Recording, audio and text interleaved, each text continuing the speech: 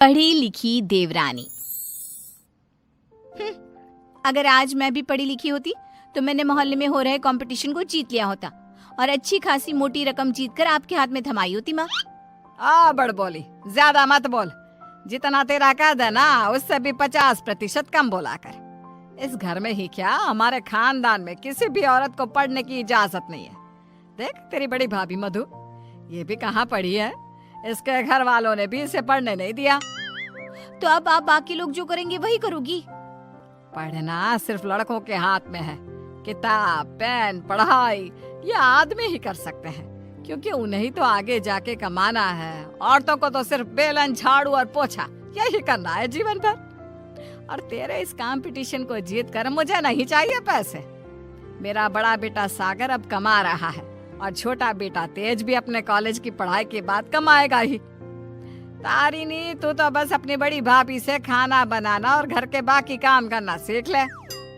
सच में आप सबकी सोच ना जमीन में धसी हुई रहेगी लाइफ टाइम। न जाने क्यों मैं इस घर में पैदा हुई। ऐसा नहीं बोलती तारिनी। तारिनी रोकर अपने कमरे में चली जाती है। पाठक परिवार में आज तक किसी भी लड़की ने पढ़ाई नहीं की और सिर्फ लड़कों को ही इजाजत दी जाती है, लड़कियों को नहीं।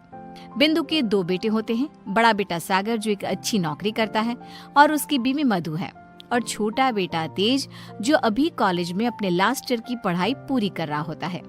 बिंदु और यशराज ने कभी अपनी बेटी तारिनी को पढ़ने नहीं दिया, जिसकी शिकायत वो आज तक करती है। तेज को अपने कॉलेज में प्रीति नाम की एक लड़की से प्यार हो जाता है। प्रीति, वो दरअसल मुझे ये बात तुमसे बहुत समय से कहनी है। कल इकोनॉमिक्स के क्लास के बाद मैं तुम्हारे लिए रुका भी था, लेकिन तुम चली गई। बोलो ना तेज, क्या हुआ, क्या कहना है तुम्हें? प्रीति, अब मुझे तुमसे प्यार हो गया है। क्या तुम मुझसे शादी करोगी? देखो, हम पिछले 5 साल से एक दूसरे को जानते हैं। आई नो तेज, जैसे तुमने अपनी जज्बातों को मन में छुपा के रखा, वैसे मैंने भी छुपाया। मैं भी तुमसे प्यार करती हूँ, लेकिन मैं तुमसे शादी कैसे कर पाऊंगी? क्यों? कौन रोक रहा है हमें?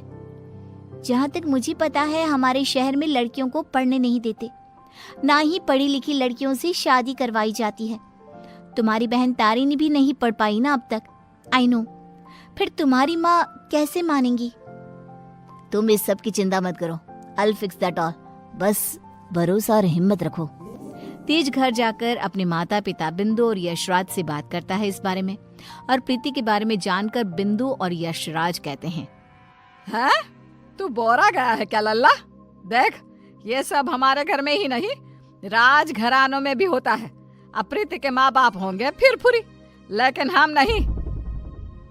हाँ बेटा, ये शादी कतई नहीं हो सकती। शादी में लड़का आगे और लड़की पीछे होती है। वैसे ही जीवन में भी पत्नी पति से एक कदम पीछे ही होनी चाहिए। ठीक है, अगर आप लोगों को ये सही लगता है तो मैं भी वही करूंगा जो मुझे सही लगता है। अब आप सब मेरा मरा हुआ मुंह ही देखोगे। गंगाजल तैयार रखिएगा। हाय हाय लल्ला, ये तू क्या बोले जा रहा है? पागल हो गया है क्या? तेज अपनी जिद से पीछे नहीं हटता और वो पूरे 1 महीने तक बिंदु, यशराज और अपने बड़े भाई सागर को मनाने में ही लगा रहता। तब कहीं जाकर कुछ महीनों बाद वो सब राजी होते हैं और कॉलेज की पढ़ाई खत्म होते ही 1 साल बाद तेज और प्रीति की शादी हो जाती है। लेकिन बिंदु, यशराज और सागर अब भी इस शादी से थोड़े से नाखुश ही होते हैं। जब घर के सभी आदमी खाना खाने बैठते हैं तब प्रीति भी उनके साथ खाना खाने के लिए बैठती है। तभी, अरे ओ अकल की अंधी, पागल हो गई है क्या? अरे माना कि तुम एक पढ़ी लिखी लड़की हो, लेकिन इसका मतलब ये तो नहीं ना कि घर के और ससुराल के तौर तरीकों का पालन भी ना किया जाए। खाना पहले घर के आदमी खाते हैं और फिर औरतें खाती हैं। दोनों एक साथ नहीं बैठे, समझ गई? लेकिन मम्मी जी, ऐसा क्यों? मेरा मतलब खाना तो सबका एक ही होता है ना, तो सब अलग अलग बैठकर क्यों खाए? प्रीति, तुम चलो ना रसोई में, चलो, सबके लिए कटोरी में खीर परोसनी है। लेकिन मधु दीदी। प्रीति, माँ और मधु जो कह रही हैं वो सब सुनो। तेज, अपनी बीवी को कुछ समझाओ। प्रीति, प्रीति गुस्से से उठकर रसोई में चली जाती है और मधु के साथ खीर को कटोरियों में परोसने में लग जाती है। प्रीति, हम इस घर की बड़ी बहू हैं, उसके बावजूद भी हमें हर मामले में, हर काम में पीछे रखा जाता है, जूती की नोक पे रखा जाता है, क्योंकि हम पढ़े लिखे भी नहीं हैं। अब सोचो, हम बड़ी बहू होकर भी हमारा ये हाल है, तो तुम्हारे साथ क्या क्या होगा।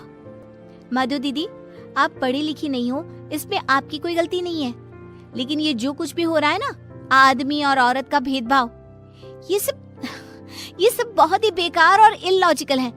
आज दुनिया कहां से कहां पहुंच गई है। आज के जमाने में औरत आदमी के साथ कदम से कदम मिलाकर चलती हैं। खैर, अब हम और कर भी क्या सकते हैं, लेकिन हम अपने आप को बहुत भाग्यशाली मानते हैं। क्यों मधु दीदी? क्योंकि हमारी एक पढ़ी लिखी देवरानी जो है। हाँ, आपको पता है मधु दीदी, आप ना बहुत क्यूट हो, आपको किसी की नजर ना लगे। जब सभी हॉल में एकत्रित होते हैं, तभी बिना घूंघट ओढ़े प्रीति को देखकर, प्रीति बहू, अब क्या तुम्हारे लिए दीवार पर बड़े अक्षरों में इस घर के तौर तरीके लिखवा दिए जाए हैं? अब क्या किया मैंने? आप हमेशा राशन पानी लेकर क्यों चढ़ जाती हो मुझ पर मम्मी जी? I just don't understand. Preeti बहू, आज तुम बगैर घूंघट के दिख गई हो। आइंदा से अगर ऐसा बिना घूंघट के दिखी ना, तो मुझसे बुरा कोई नहीं होगा। मधु बहू को देखो, सोते समय भी घूंघट ओढ़े ही सोती है, नींद में भी ये हमारे आदेशों का पालन करती है। और हाँ, एक और बात कान खोल कर सुन लो, आइंदा से बड़ों से और अपने इर्द गिर्द के आदमियों से इतनी बदतमीजी से बात नहीं करना, और इस घर की 4 दीवारों में सिर्फ और सिर्फ सरल हिंदी भाषा का ही प्रयोग होगा। अंग्रेजी भाषा नहीं गूंजनी चाहिए। तेज, अपनी धर्म पत्नी को समझा कर रख। प्रीति निराश हो जाती है और अपने कमरे में चली जाती है। रात में वो तेज से कहती है, तेज, ये सब क्या हो रहा है? तुम्हारे घर वाले इतने पागल कैसे हो सकते हैं? अगर मुझे ये अंदर की बातें पता होती ना, तो मैं कभी तुमसे शादी नहीं करती। I married you just because तुमने कहा कि तुम्हारे घर वालों को मुझसे कोई ऑब्जेक्शन नहीं है। हाँ, तो वही हुआ ना। वो कुछ बोले क्या तुम्हारी पढ़ाई लिखाई पर? अब बाकी कुछ रूल्स रेगुलेशंस है घर की लड़कियों और बहुओं के लिए, अब उन्हें तो फॉलो करना ही होगा ना। आई नो वो थोड़े बहुत गलत है, लेकिन अब हम और कर भी क्या सकते हैं। एक दिन जब यशराज दूध वाले का हिसाब कर रहा होता है, तभी ये 3 हफ्ते जुलाई महीने के और 2 हफ्ते अगस्त के, तो कुल मिलाकर पूरे हुए। अरे बिंदु, जरा हमारे ड्रॉअर में से कैलकुलेटर तो लेकर आना। जी अभी लाती हूँ। बिंदु कैलकुलेटर लाती है और तभी प्रीति भी वहाँ आती है और यशराज को हिसाब करते देखती है। ओफो, ये कैलकुलेटर चल क्यों नहीं रहा? अब मैं हिसाब कैसे करूंगा? 5 हफ्तों का हिसाब मिलाया जाए तो बनते हैं 680 रुपए, क्योंकि हमने 3 रविवार और 4 मंगलवार को दूध नहीं लिया था रघु भैया से, तो उस हिसाब से यही हिसाब बनता है। मैंने अपने माइंड में ही 1 मिनट में कैलकुलेट कर दिया है। प्रीति बहू, तुझे 1000 बार कहा है ना, रसोई में ही रहा कर। अरे आदमियों के काम में क्यों हर बार अपनी टांग अड़ाने आ जाती है? आइंदा से ये हिसाब किताब वाले काम में तू बिल्कुल भी ध्यान नहीं देगी। चल दफा हो यहाँ से अब। न जाने कौन सी घड़ी थी वो जब तेज को इससे प्यार हुआ। बेवकूफ है हमारा बेटा। इस तरह फिर से प्रीति को चुप कराकर रसोई में भेज दिया जाता है। कुछ दिनों बाद प्रीति जब बाजार से घर लौटती है, तब वो घर पर सबको मधु पर चिल्लाते हुए देखती है और मधु बेचारी फूट फूट कर रोई जा रही थी। सब तुम्हारी गलती है, तुम्हारी वजह से ही मैं बाप नहीं बन सकता कभी। पता नहीं क्यों आई तुम मेरी जिंदगी में, पनौती हो तुम, पनौती। लेकिन सागर जी, डॉक्टर साहब ने कहा है कि आपके अंदर कुछ मेडिकल इश्यूज है, जिसकी वजह से आप कभी बाप नहीं बन पाएंगे। अब इसमें हमारी क्या गलती है? ओए मधु, ज्यादा ऊंची आवाज से बात मत कर। वही तो। प्रीति से अपना गुस्सा कंट्रोल नहीं किया जाता और वो तुरंत अंदर आकर चिल्लाती है, बस, आप सबको ये क्या हो गया है? जब डॉक्टर ने कहा है कि कमी सागर भैया में है, तो मधु दीदी को क्यों सुनाना? वो क्यों सहे? सारे ताने, सारी डांट, सारी गलती मधु दीदी की कैसे हो गई?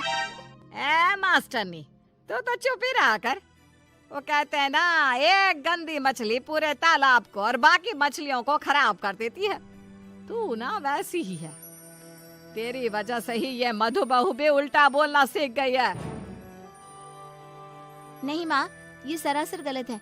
गलती सागर भाई की है। नहीं, मधु में ही कोई दोष है। हमारे बेटे सागर में कोई दोष हो ही नहीं सकता। ये मनहूस मधु कुंडली मारकर बैठ गई है हमारे सागर के जीवन में। मधु दीदी, ये आपके हाथ पाँव पर निशान कैसे? बोलिए। सागर जी ने हमें बहुत मारा प्रीति, हमें बचाओ इन सब से, ये सब बहुत बुरे हैं। मधु प्रीति के गले से लिपटकर रोए जा रही थी। सागर गुस्से में आकर मधु पर हाथ उठाने जा रहा था कि तभी प्रीति उसके पास जाकर उसका हाथ पकड़कर मोड़ देती है। मेरा हाथ। एक आदमी अगर गुस्से में शैतान बन जाए तो एक औरत क्रोध में काली का रूप धारण कर लेती है। समझ गए सागर भैया? और आप सब, अरे एक बार ध्यान से सोचिए, दिल से सोचिए ना। अगर ऊपर वाले ने आदमी और औरत को साथ में बनाया है तो हम क्यों फर्क करें? क्यों औरतें आदमियों से पीछे रहे? दोनों साथ में कदम से कदम मिलाकर चल सकते हैं ना। साथ में काम करके अपना घर, अपनी गृहस्थी चला सकते हैं ना। गलती सोच की है, अगर सोच बदलोगे तो ही बदलाव आएगा, वरना जमीन में ही धंस के रह जाओगे। उतने में तेज अपने साथ पुलिस अफसर्स को लेकर आता है। सागर भाई, आप मेरे बड़े भाई हो, लेकिन आज जो मुझे आपके बारे में पता चला, कैसे आप मधु भाभी को मारते हो, उन पर अत्याचार करते हो, इसके बाद से आप मेरे कोई नहीं, मेरे लिए आप ना के बराबर हो गए हो। इंस्पेक्टर साहब, गिरफ्तार कर लीजिए इन्हें। पुलिस सागर को डोमेस्टिक वायलेंस के केस में गिरफ्तार कर लेती है और उसे लेकर जाती है। माँ, पापा, प्रीति और मैंने फैसला कर लिया है कि हम अब इस घर में और नहीं रहेंगे और अकेले किसी शहर में जाकर रहेंगे। मधु दीदी और तारिनी भी हमारे साथ चल सकती हैं। इस तरह तेज और प्रीति वहां से चले जाते हैं और मुंबई शहर आकर तारिनी और मधु दोनों भी पढ़ने जाती हैं और सभी अपना जीवन खुशी से बिताते हैं। वहीं बिंदु और यशराज, जिन्हें तेज हर महीने पैसे और खत भेजता है, वो दोनों अपने बच्चों की याद में रोते रहते हैं और उनकी खतों को ही पढ़ते रह जाते हैं।